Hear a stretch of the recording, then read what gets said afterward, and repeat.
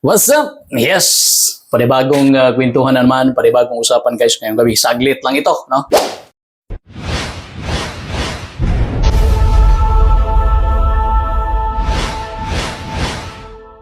Saglit lang ito. Ito ay bunsod lang doong ginawa yung budget hearing, no? Budget hearing in relation sa 2025 budget, especially sa Office of the Vice President guys, na sa opisina ni Vice President Sara Duterte. Hindi naman naitago ng madlang people, no? Na yun sa budget hearing na naganap, mayroong mainit na porsyon doon itong dalawang babae, no? O, dalawang babae. Ang ating siyempre, no? Hindi naman natin masabing hindi rin magaling, no? Magaling na Vice Presidente na si Vice President Sara Duterte. At itong magaling, ayan, hindi rin natin hindi magaling. Talagang kitang-kita natin ang pagka-fighter nito dyan sa Senado in aid of legislation. Walang papatawarin, imbestigahan, at hindi nasasayang yung suporta ng bayan dito. Isa rin babae na si Senator Risa Hontiveros. Now, ano ba ang nangyari, no? 'Di ba? Kung ating mababalikan ang pagyayari, guys, siyempre, no? Kailangang i-defend mo. Kailangan sagutin mo kung saan mo gagamitin yung proposed budget ng isang ahensya o ng isang opisina. At ito yung tanong ni Senator Risa Hontiveros doon kay Vice President Sara Duterte. Ano ba ito? Sa 10 million budget na ito, ayan, pakinggan natin ulit para sa mas malinaw pa na informasyon para sa inyo guys. Ito, ganito ang nangyayari. Learners entries involves the provision of bags to 1 million learners in remote communities while initiating tree planting activities. This gets an appropriation of 100 million pesos. Part of this campaign is an allocation of 10 million pesos for the distribution of Isang Kaibigan books, a children's book authored by the VP. Pwede po bang sabihin ni VP sa atin more tungkol sa librong ito? O, yan. No? So, ang nangyari, biglang nag-iba yung sagot ni Vice President Sara Duterte. No? Kaya ang dami naguguluhan, ba't ganun? Naging iba yung usapan. Napunta doon sa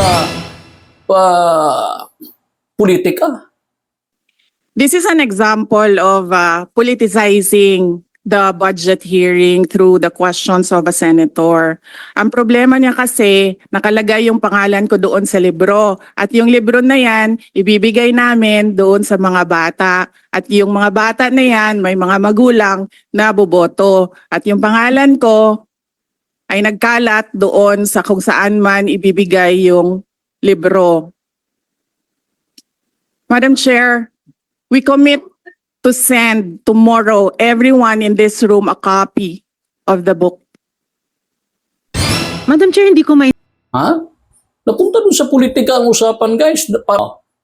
Si Senate President Chis Escudero, no? Nagbigay ng reaction ukol dito. Pero para sa akin, may karapatan si Senator Risa na tanungin yung mga tanong na pinukol niya kay Vice President Sara.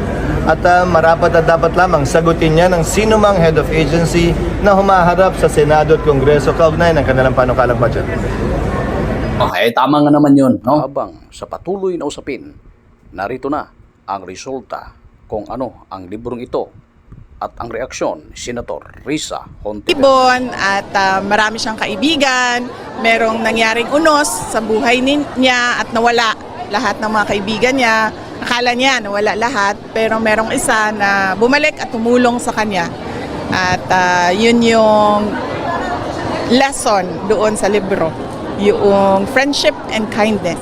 So, improper request yan. Dahil kung meron kang sinulat na libro, hindi dapat gamitan ng government funds at taxpayers' money para ipamudmod. So, textbook ba yan? Approved ba ng DepEd? Naku, kung pag-usapan natin yung textbook problem ng DepEd, yung nakaraang 2 taon, ang daming problema, di ba? Hindi siya barya.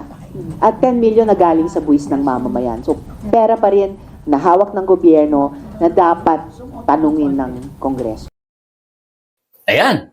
So, maraming salamat guys, no? At abangan natin kung ano pa yung mga kabanata na darating sa bawat kabanata ng mga pangyayari ito. Abangan natin at pag-uusapan ayon lang kung ano yung mga nagaganap at katotohanan. Hanggang sa muli, ang Gym5 TV ay maging kasama nyo sa bawat panahon. Andito tayo.